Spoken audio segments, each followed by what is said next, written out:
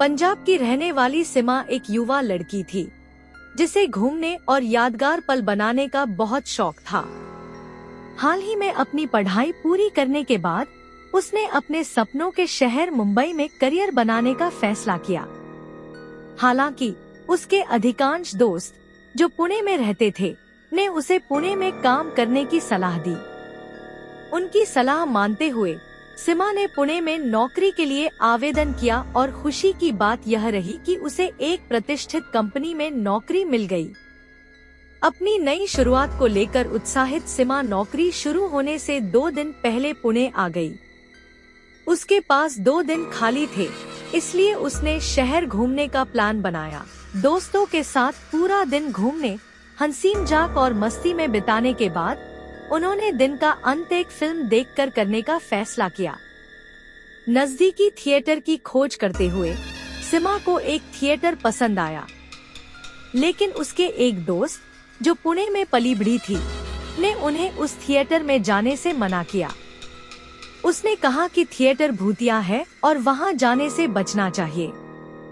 उसकी बात सुनकर समूह के 2 सदस्य डर गए और साथ जाने से मना कर दिया। लेकिन सिमा और उसकी एक दोस्त ने इन बातों को अंधविश्वास मानते हुए नजरअंदाज कर दिया। सच्चाई जानने के लिए उत्सुक सिमा ने कैब बुक की और अपनी दोस्त के साथ थिएटर के लिए निकल पड़ी। थिएटर पहुंचने पर उन्होंने देखा कि इमारत का माहौल अजीब और डरावना था। वह पुरानी और सुनसान लग रही थी। सिमा ने किसी को आवाज लगाई तो कुछ देर बाद एक आदमी एक हल्के से रोशनी वाले कमरे से बाहर आया। वह उन्हें देखकर हैरान रह गया और पूछा कि वे क्या चाहती हैं। सिमा ने 2 टिकट मांगी। आदमी हिचकिचाया और पूछा कि क्या वे सच में देर रात को फिल्म देखना चाहती हैं। सिमा के जोर देने पर उसने बहाना बनाया कि वह तभी फिल्म दिखा सकता है जब कम से कम 10 लोग हों। सिमा को थिएटर के बारे में सच्चाई जानने की उत्सुकता थी, इसलिए उसने 10 टिकट खरीद लिए।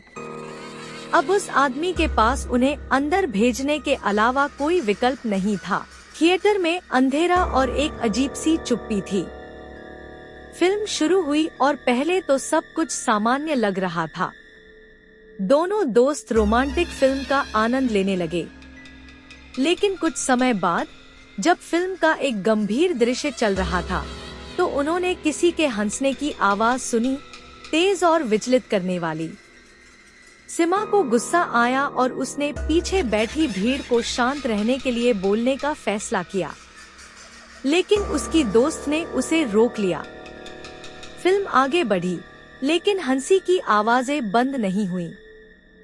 आखिरकार सिमा ने उन लोगों से बात करने का फैसला किया। जब उसने मुड़कर देखा तो वह हैरान रह गई। पीछे की सभी सीटें खाली थी। थोड़ी देर बाद सिमा ने ब्रेक लेने का फैसला किया और कुछ स्नैक्स खरीदने के लिए कैंटीन चली गई, लेकिन वहां भी उसे कोई नजर नहीं आया। घबराई हुई सिमा जल्दी से स्नैक्स लेकर थिएटर में वापस आई। तभी उसने देखा कि कुछ पंक्तियों के आगे एक परिवार बैठा हुआ है।